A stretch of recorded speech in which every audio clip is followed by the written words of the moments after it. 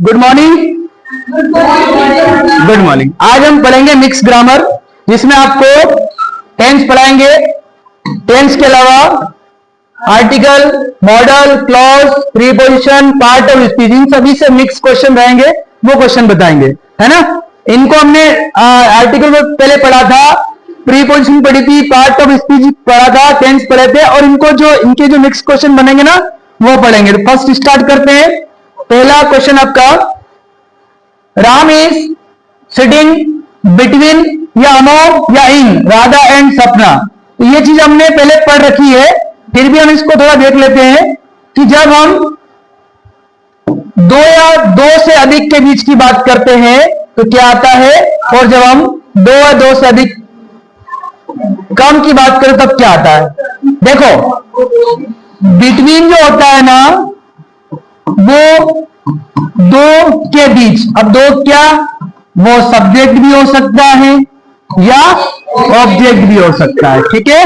अगर दो से ज्यादा के बीच की बात कर रहे हैं, कोई भी चीज, चाहे वो मिठाई हो गई हो, है ना, चाहे बुक्स बांटना हो गया हो, तो दो के से ज्यादा के बीच में अगर बांटते हैं तो वहां पे क्या आ जाएगा, अमाउंट हो जाएगा। दो से ज्यादा के बीच की बात अगर हो रही है तो, ठीक है। और अगर दो के बीच की बात हो रही है तो क्या लिखेंगे, बिटवीन। अच्छा, इन दोनों का हिंदी में अर्थ होता है के बीच में, ठीक है, या के बीच।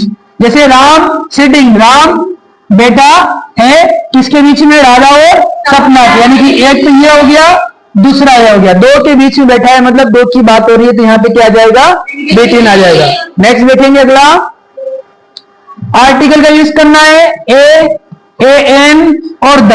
और आपको अच्छे से पता है कि आर्टिकल का यूज कहां होता है, कैसे होता है, किसके साथ क्या होता है।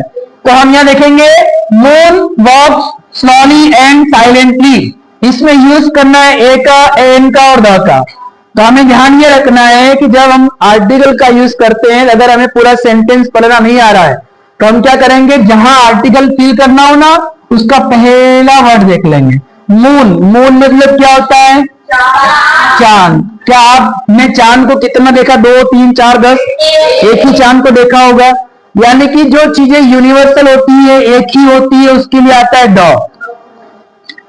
और ए एन आता है वोवेल्स के लिए, वोवेल्स से पहले। देखो, डिटेल में पढ़ेंगे तो बहुत बड़ी बात है, हमें इतना समय नहीं कि डिटेल में पढ़े, हम तो मिक्स ग्रामर पढ़ रहे हैं। और ए आता है कॉन्सोनेंट के साथ, ठीक है। तो हमें फिलहाल पढ़ना है द, क्यों, क्योंकि मून आ रहा है और चांद एक ही होता है, इसलिए यहाँ पे क्या लगेगा, द लगेगा। अगर आपको डिटेल में पढ़ना है तो हम आपको फिर अगली क्लास में या एक नई क्लास बनाएंगे इसकी, जिसमें आर्टिकल का यूज करना सीखेंगे। आगे देखेंगे, बिफोर और आफ्टर। ऑन भी आ रहा है, ऑन का मतलब पर होता है, ये किसी चीज के ऊपर रखी होती है, उस चीज को बोलते हैं। फिलहाल इसको हम साइड करेंगे, इन दोनों को पढ़ेंगे, बिफोर और आफ्टर। अच्छा, इन दोनों को याद रखने की ट्रिक से अपने पास, आपको एबीसीडी याद होना चाहिए, है ना। आपको एबीसीडी याद है कि नहीं है, एबीसीडी। अच्छा बताओ तो, यहाँ पे इनमें सबसे पहले क्या आ रहा है, ए आ रहा है। ए को हम लिखते हैं के बाद, बी बाद में आ रहा है, इसको लिख देंगे के पहले। ऐसा लिखोगे, ठीक है। अब ए से शुरू होने वाला वर्ड हो गया आफ्टर, बी से शुरू होने वाला वर्ड हो गया बिफोर। यानी कि अब बिफोर के लिए हिंदी में क्या लिखेंगे, सॉरी, बिफोर के लिए हिंदी में क्या लिखेंगे, अरे क्या कर रहा हूं, मिस्टेक हो गई। बिफोर, बिफोर के लिए हिंदी में क्या लिखोगे बेटा, बाद में या पहले, के पहले। और आफ्टर के लिए क्या लिखोगे, के बाद में। तो चला उधर ऊपर सेंटेंस में बता दो मुझे क्या आएगा, मंडे कम्स संडे। बहुत सारे बच्चे बिफोर लिखेंगे, तो एक मिस्टेक यहाँ पे ये करते हैं कि जो हमारा जो कैलेंडर होता है ना, उसमें हमको एक चीज पता होना चाहिए कि जो ये सप्ताह होता है शुरू कहां से होता है, स्टार्ट कहां से होता है, संडे से होता है। तो सबसे पहला दिन कौन सा होता है आपका, संडे होता है, ठीक है। तो आपको याद रखना है। अब बात करेंगे, मंडे कम्स संडे, सोमवार आता है रविवार से पहले या बाद में, पहले रविवार आता है ना, फिर सोमवार आएगा। तो सोमवार रविवार से पहले आता है कि बाद में आता है? बाद में आने के लिए क्या लिखेंगे? तो यहाँ पे आंसर क्या बन जाएगा आपका? आफ्टर। समझ में आ रहा बेटा? चलिए आगे बढ़ेंगे। अगला देखो, यहाँ बहुत अच्छी बात है, ये थोड़ा डाउटफुल भी रहता है। इन तीनों ऑप्शन का अर्थ अपने को पता होना चाहिए। आज हम ना सिर्फ 5 क्वेश्चन करेंगे, ज्यादा नहीं, है ना? समय अपने पास कम है। कल हम इसको आगे बढ़ाएंगे। ought to, should और must, ये बेटा तीनों जो होती है ना, ये मॉडल होती है। क्या होती है? मॉडल। ठीक है। अब इसमें जो है ought to का और should का, must का, इन तीनों का अलग अलग देखेंगे। देखो ये वाली बात, should जो होता है ना, नॉर्मल एडवाइस जो करते हैं, किसी से नॉर्मल एडवाइस देते हैं ना कि आप चाहिए, जैसे आपने बोल दिया कि आपको भीड़ वाले जो प्लेस होता है, स्थान होता है, वहां पे मास्क लगाना चाहिए, नॉर्मल बात हो गई। आपको पढ़ना चाहिए, नॉर्मल हो गई। और अगर मस्ट बोल दिया तो आपको वो स्ट्रॉन्ग हो जाएगी। एडवाइस जो दे रहे हैं ना, एडवाइस जो दे रहे हैं वो क्या हो जाएगी? स्ट्रॉन्ग, कि आपको चाहिए ही चाहिए। ठीक है। जो भी काम हो रहा है वो आपको कंपल्सरी हो गया, आपको करना चाहिए, करना पड़ेगा। और ought to का मीनिंग होता है बेटा सोशल, हाँ सोशल ऑब्लाइजेशन, जिसको इंग्लिश में बोलते हैं, और हिंदी में बात करेंगे तो सामाजिकता। सामाजिकता सोच, जैसे मैंने बोला कि अपने गरीबों की मदद करना चाहिए। अब ये आपके ऊपर डिपेंड करता है, वो करना चाहिए नहीं करना चाहिए, है ना? तो इसी प्रकार ये सही गलत भी कहलाएगा। एक तो यूं बोल के चलो तो ought to। और अच्छा एक और बात सुनना, ये जो ought to होता है ना बेटा, ये हमेशा साथ में होता है। अगर किसी सेंटेंस में सिर्फ टू लगा, ought खालिस्तान दे रखा हो, टू उसमें आ रहा है ऑलरेडी, और ऑप्शन में ought लगा रखा है, तो आप डायरेक्ट क्या लगा दोगे? ought लगा दो, क्योंकि ये हमेशा साथ में ought to। ठीक है। अब यहां बात करेंगे कि यहां कौन सा जरूरी है। तो बी मतलब हमें, ओबे का मतलब होता है आज्ञा का पालन करना, आज्ञा का पालन करना। ठीक है। अवर टीचर, हमें हमारी शिक्षक की आज्ञा का पालन करना चाहिए। चाहिए या नहीं चाहिए? चाहिए ही चाहिए। बस कुछ बच्चे नहीं करते। अब जो सोच ले कि हाँ हम तो नहीं करेंगे, जैसे कोई बच्चा सोच लेता है, बहुत सारे बच्चे आज्ञा का पालन नहीं करते हैं, तो वो क्या करेगा? वो ought to लगा देगा, वो भी सही माना जाएगा। लेकिन इसका करेक्ट आंसर होगा, वो रहेगा मस्ट, क्योंकि हमें हमारे शिक्षक की आज्ञा का पालन करना चाहिए, क्योंकि वही तो हमें सही रास्ता दिखाते हैं, है ना? अगर यहां मैं बोल दूं, टीचर की जगह बोल दूं कि फ्रेंड, क्या लिखोगे आप? शुड लिखोगे। भाई दोस्त की आज्ञा का पालन करना चाहिए। बोले कल से बोल दे मेरे पैर दबा, कल से बोल दे चल तू मेरे तरफ का तू लिख दे, तो हर जगह तो आज्ञा का पालन नहीं कर सकते ना। हाँ पर नॉर्मल है कि चाहिए, मतलब हाँ ठीक है, एडवाइस है कि हमें हमारी दोस्त की आज्ञा का पालन करना चाहिए, तो चाहिए, नॉर्मल हो गया। अगर वहां मस्ट लगा दिया तो मतलब आप क्या करते हो? अपने दोस्त का आज्ञा पालन करते हो, बोलते चल मेरा बैग उठा, तो आप बैग उठाते हो। कभी कभी उसके हाथ पांव दर्द करता, आप बोले दबाओ दबा, है ना? ऐसा। तो ये तीनों का ध्यान रखना, और ये एग्जाम में आएगा ही आएगा इस प्रकार का। अच्छा ऑप्शन का, ऑप्शन अपने समझना है, क्वेश्चन पे ध्यान नहीं देना है।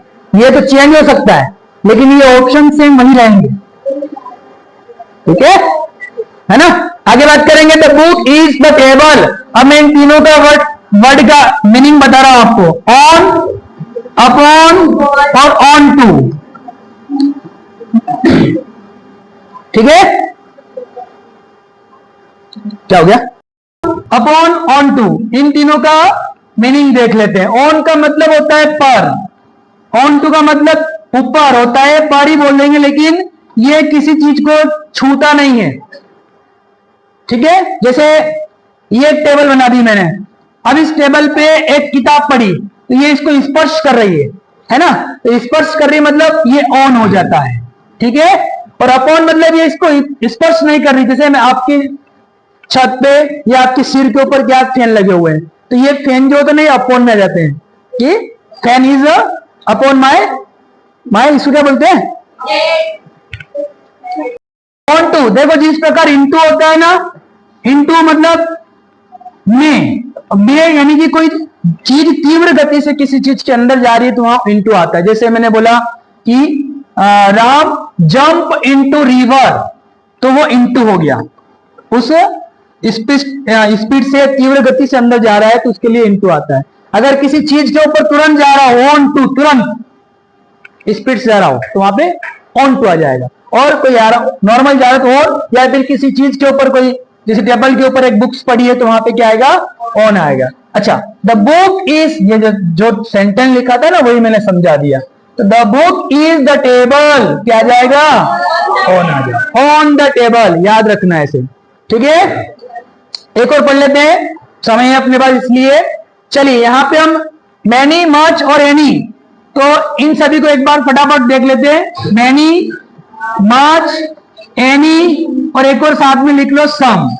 देखो बेटा एक चीज अपने को ध्यान रखना पड़ेगी, थैंकिंग